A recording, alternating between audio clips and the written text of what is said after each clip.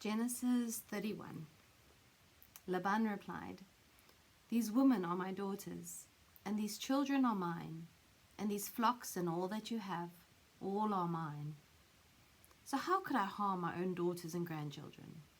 Come now, and we will sign a peace pact, you and I, and will live by its terms."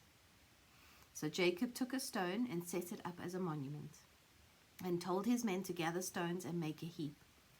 And Jacob and Laban ate together beside the pile of rocks. They named it the witness pile, Jegar Sahadutha in Laban's language, and Galid in Jacob's. "This pile of stones will stand as a witness against us. If either of us trespasses across this line," Laban said. So it was also called the watchtower, Mizpah. For Laban said, "May the Lord see to it that we keep this bargain when we are out of each other's sight.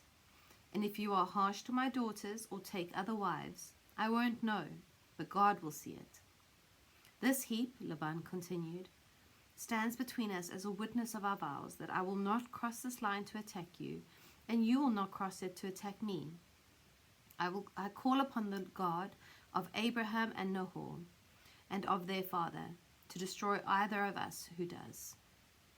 So Jacob took oath before the mighty God of his father Isaac to respect the boundary line. Then Jacob presented a sacrifice to God there at the top of the mountain, and invited his companions to a feast, and afterwards spent the night with them on the mountain. Laban was up early the next morning and kissed his daughters and grandchildren and blessed them and returned home.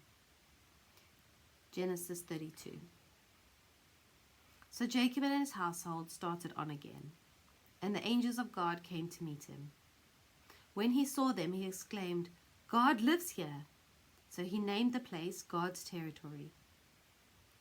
Jacob now sent messages to his brother Esau in Edom, in the land of Seir, with this message: "Hello from Jacob. I have been living with Uncle Laban until recently, and now I own oxen, donkeys, sheep, goats, and many servants, both men and women. I have sent these messengers to inform you of my coming, hoping that you will be friendly to us." The messengers returned with the news that Esau was on the way to meet Jacob, with an army of 400 men. Jacob was frantic with fear. He divided his household, along with the flocks and herds and camels, into two groups. For he said, "If Esau attacks one group, perhaps the other can escape." Then Jacob prayed, "O God of Abraham, my grandfather, and of my father Isaac, O Jehovah, who told me to return to the land of my relatives, and said that you would do me good, I am not worthy of the least of all your loving kindness, shown me again and again, just as you promised me. For when I left home, I owned nothing except a walking stick, and now I am two armies. O Lord, please deliver me from destruction at the hand of my brother Esau, for I am frightened, terribly afraid that he is coming to kill me and these mothers and my children. But you promised to do me good and to multiply my descendants until they became as the sands along the shores, too many to count."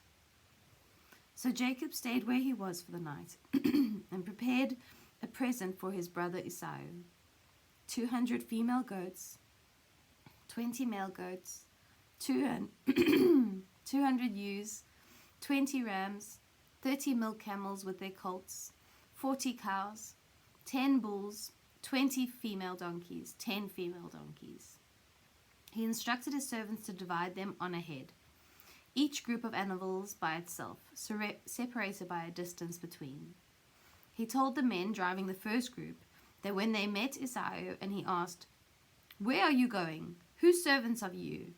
Whose animals are these?" they should reply, "These belong to the servant Jacob. They are a present for his master Esau. He is coming right behind us." Jacob gave the same instructions to each driver with the same message. Jacob's strategy was to appease Esau with the presents before meeting him face to face. Perhaps, Jacob hoped, he will be friendly to us. So the presents were sent on ahead, and Jacob spent that night in the camp. But during the night he got up and wakened his 2 wives and his 2 concubines and 11 sons, and sent them across the Jordan River at the Jabbok ford with all his possessions. Then returned again to the camp, and was there alone. And a man wrestled with him until dawn. And when the man saw that he couldn't win the match, he struck Jacob's hip and knocked it out of joint at the socket. Then the man said, "Let me go, for it is dawn." But Jacob answered, "I will not let you go until you bless me." "What is your name?" the man asked. "Jacob," was the reply. "It isn't any more," the man told him. "It is Israel, one who has power with God. Because you have been strong with God, you shall prevail with men." "What is your name?" Jacob asked him. "No, you mustn't ask," the man told him, and he blessed him there. Jacob named the place Peniel, the face of God, for he said, "I have seen God face to face, yet my life is spared." The sun rose as he started on, and he was limping because of his hip. That is why, even today, the people of Israel don't eat meat from near the hip, in the memory of what happened that night. Genesis 33. Then, far in the distance, Jacob saw Esau coming with his 400 men. Jacob now arranged his family into a column, with his 2 concubines and their children at the head, Leah and her children next, and Rachel and Joseph last. Then Jacob went on ahead. As he approached his brother, he bowed low 7 times before him. And then Esau ran to meet him, and embraced him affectionately and kissed him, and both of them were in tears. Then Esau looked at the women and children and asked, "Who are these people with you?" "My children," Jacob replied. Then the concubines came forward with their children and bowed low before him. Next came Leah with her children and bowed. And finally Rachel and Joseph came and made their bows. "And what were all the flocks and herds I met as I came?" Esau asked. And Jacob replied, "They are my gifts, to curry your favor." "Brother, I have plenty," Esau laughed. "Keep what you have." "No, but please accept them," Jacob said. "For what a relief it is to see your friendly smile. I was as frightened of you as though approaching God. Please take my gifts, for God has been very generous to me, and I have enough." So Jacob insisted, and finally Esau accepted them. "Well, let's be going," Esau said. "My men and I will stay with you and lead the way." But Jacob replied, "As you can see, some of the children are small, and the flocks and herds have their young, and if they are driven too hard, they will die.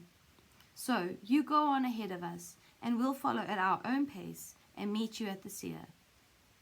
"Well," Esau said, "at least let me leave you some of my men to assist you and be your guides." "No," Jacob insisted, "we'll get along just fine. Please do as I suggest." So Esau started back to Seir that same day. Meanwhile, Jacob and his household went as far as Succoth. There he built himself a camp with pens for his flocks and herds. That is why the place is called Succoth, meaning huts. Then they arrived safely at Shechem in Canaan and camped outside the city. He bought the land he camped on from the family of Hamor, Shechem's father, for 100 pieces of silver. And there he erected an altar and called it El Elo Israel, the altar to the God of Israel.